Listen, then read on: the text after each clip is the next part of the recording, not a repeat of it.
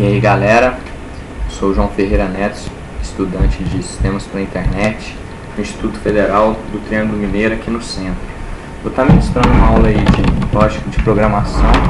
Todo o material foi baseado nos materiais que Nério Alves deu em sala, né?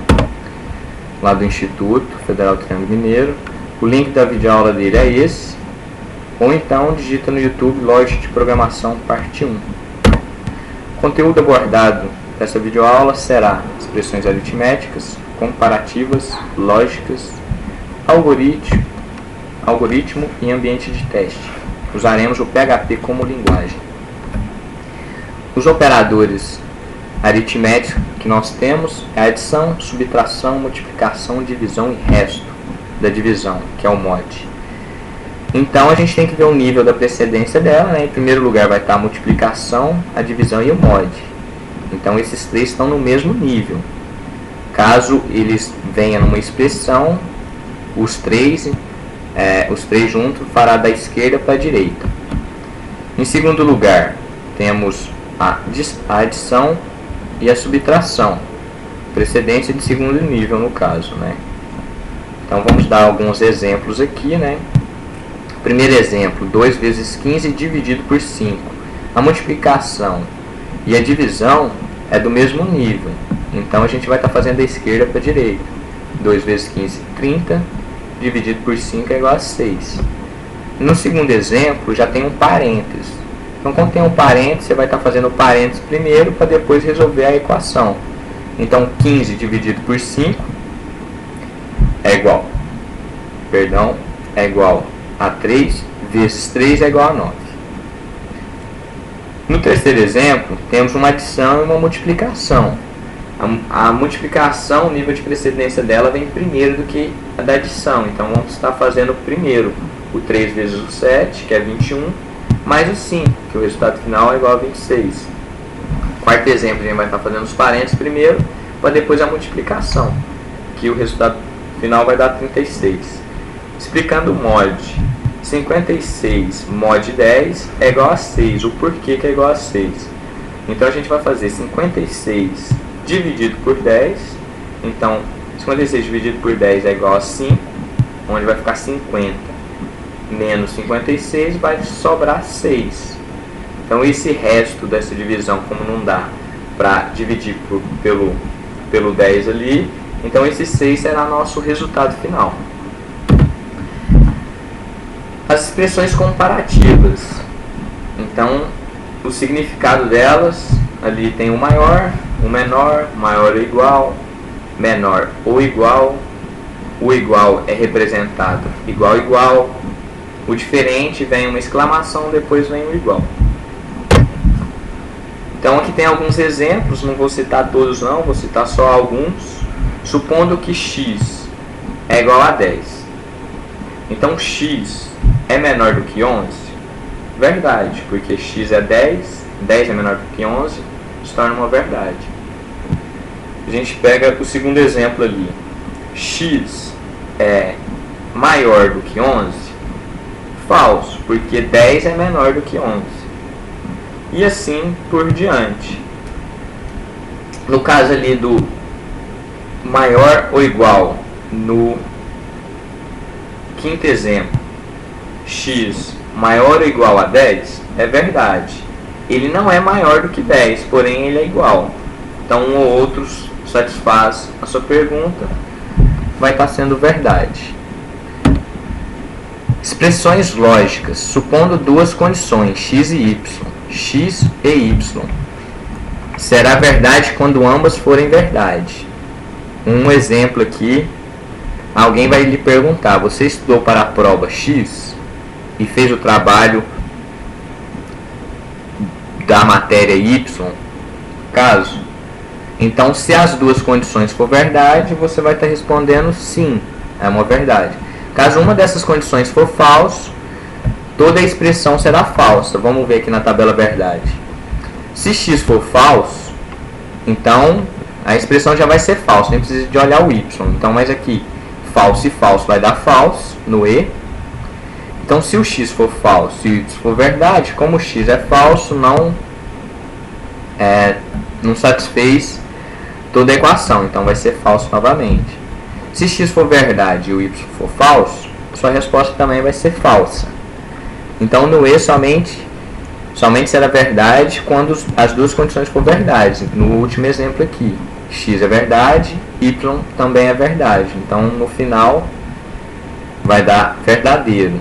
E lembrando que quando você estiver programando, o E é representado por esses dois símbolos aqui, né? Que esses dois S maiúsculos, né?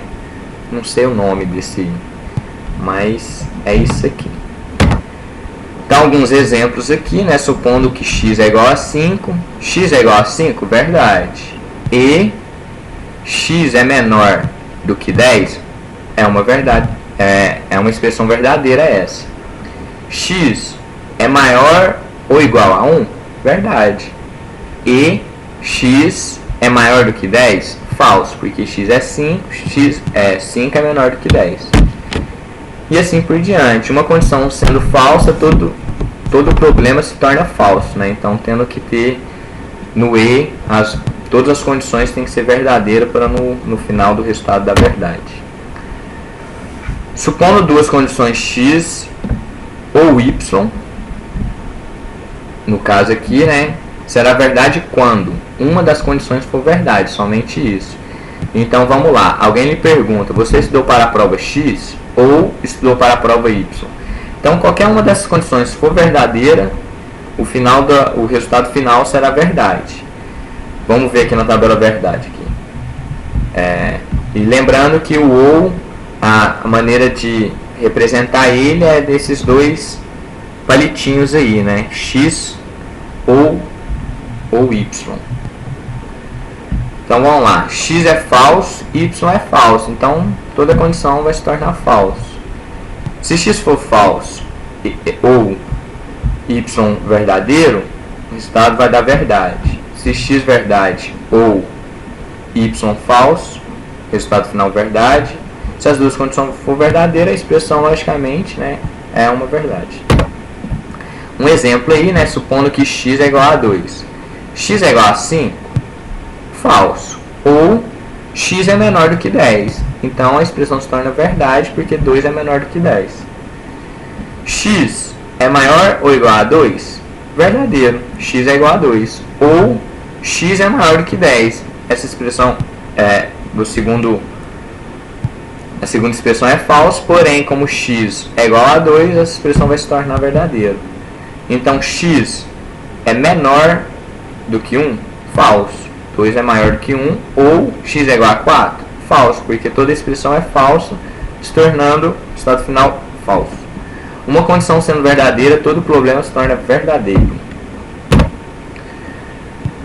A gente vai estar falando um pouquinho de algoritmo aqui, né? Algoritmo também, para quem muitos não sabem, todo momento, até toda ação que você está fazendo, algum trabalho,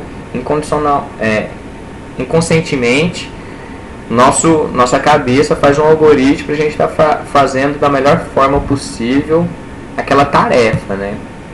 Então, por exemplo, vamos dar um exemplo aqui, um algoritmo nada mais é do que uma receita que mostra passo a passo os procedimentos necessários para a resolução de uma tarefa. Então, por exemplo para trocar uma lâmpada. Início, verificar se o interruptor está desligado para você não tomar choque. Você vai procurar uma lâmpada nova, pegar a escada, levar a escada até o local, posicionar a escada, aí você vai subir os degraus até parar na altura certa para você estar trabalhando, né? Você vai retirar a lâmpada queimada, colocar a lâmpada nova. Você vai descer das escadas, aciona o interruptor para ver se está funcionando. Se a lâmpada não acender, então essa lâmpada que você colocou também estava queimada. Então você vai estar retirando a lâmpada e colocar outra nova. Senão a tarefa vai ter sido terminada. Se você acionar o interruptor e acender, bacana. Aí vai pegar a lâmpada queimada, jogar no lixo e guardar a escada. Fim. Então o algoritmo é isso, é um passo a passo do que você vai ter que fazer. Como se fosse começa aí, para mim, o algoritmo é um dos pontos também para você estar pensando no ambiente de teste, porque você precisa dele para você formalizar o que você vai ter que fazer num programa.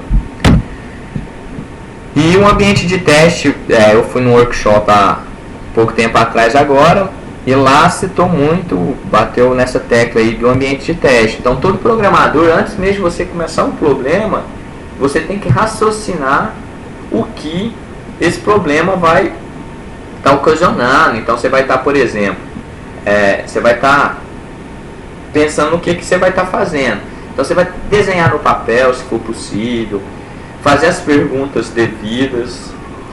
Então o ambiente de teste é muito importante para ajudar a programar, facilitando a vida do programador, pois se fizer o teste de maneira certa, ajudará a entender o problema, vai prevenir erros futuros, tendo menos desgaste na hora de programar. Então um exemplo aí, de um trabalho que o Nélio nos deu, foi em um bar. O cálculo da conta a ser pago pelo cliente é feito segundo os seguintes critérios. O bar cobra o valor básico de entrada dependendo do sexo do cliente. Homem vai ser R$10, mulher vai ser 8. Cada cerveja consumida custa R$2,50 e cada refrigerante R$2. Cada espetinho vai custar 4. O cliente deve pagar ainda R$3 para cantores do bar. Entretanto, se ele consumir de bebida e comida for superior a R$15, ele não vai pagar esse cover, esses R$3. Depois de somar todos os itens acima, incluir ainda 10% para o garçom. Este então será o valor final da conta a ser paga. Esse aí é o problema, né? E o que ele pediu no exercício é o valor básico de entrada, total consumido de bebida e comida, valor pago aos cantores, que será 0 ou 3, subtotal, sem os 10%, e o total. Então, antes mesmo de programar, você vai ter que fazer um ambiente de teste. Então, o que você vai estar entrando com os dados, né? E o que você vai esperar. E quando você programar, na hora de você testar, você vai pegar esse teste, jogar lá e ver se bateu os mesmos resultados. Então lá, qual que é o sexo do cliente? Feminino. Quantas cervejas foram consumidas? 0. Quantos refrigerantes foram consumidos? 2. Quantos espetinhos foram consumidos? 2. Então o valor básico, como é feminino, é R$8. De bebida e comida, então 2 refrigerantes vezes R$2, que é o custo do refrigerante, dá 4. E o espetinho custa 4, né? Então ele comeu 2, então vai ser 8. 8 mais 4 é igual a 12.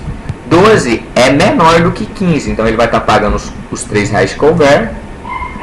Somando isso, um subtotal de 23, mais os 10%, vai dar um 25,30 centavos no final da conta. Então, é isso aí, galera. O vídeo que eu queria apresentar é esse. Muito obrigado e até mais.